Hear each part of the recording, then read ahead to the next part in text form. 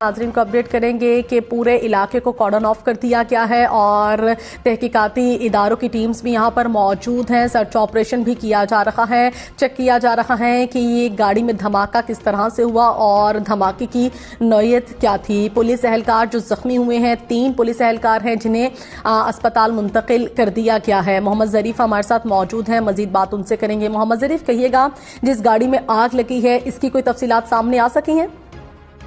देखिए, आप इस वक्त मुकम्मल तौर पर तफसीलात आ चुकी हैं और इस्लामाबाद पुलिस के मुताबिक इस्लामाबाद के सेक्टर 4 में होने वाला जो धमाका था वो खुदकुश धमाका था। इस्लामाबाद में उनका कहना है कि सिक्योरिटी हाई अलर्ट थी। पुलिस जवानों ने चेकिंग के दौरान एक मशकूक गाड़ी को रोका। गाड़ी रुकते ही खुदकश बमबार ने खुद को धमाके से उड़ा लिया। इब्तदाई इत्तलात के मुताबिक 1 पुलिस का जवान शहीद हो गया है, 3 पुलिस एहलकार जख्मी है।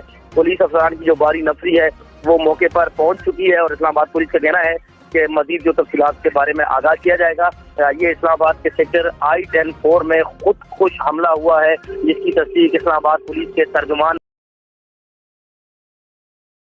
ने खुद कर दी है। इस्लामाबाद पुलिस की जानिब से अभी कुछ ही देर पहले एक प्रेस रिलीज जारी की गई है और इस प्रेस रिलीज के मुताबिक 1 पुलिस एहलकार का जो जवान है वो शहीद हो गया है, 3 जख्मी है।